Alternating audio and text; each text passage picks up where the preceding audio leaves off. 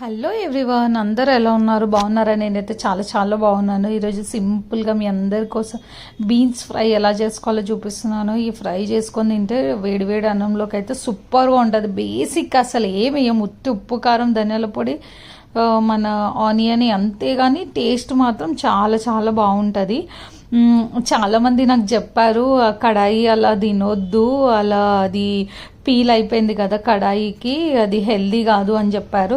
సరే మీ అందరి కోసం నేను అందుకే కొత్తవి కూడా తీసుకోవడానికి ట్రై చేసా, కానీ కొంచెం టైం పడుతుంది. తర్వాత నేను తీసుకుంటాను.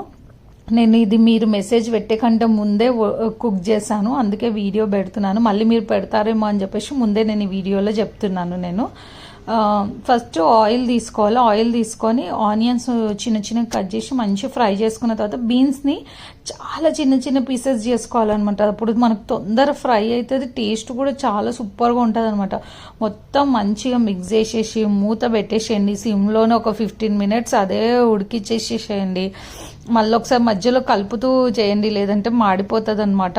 మళ్ళీ ఒక మూత తీసేసి ఒక 5 minutes ఉడికిచ్చేసేయండి.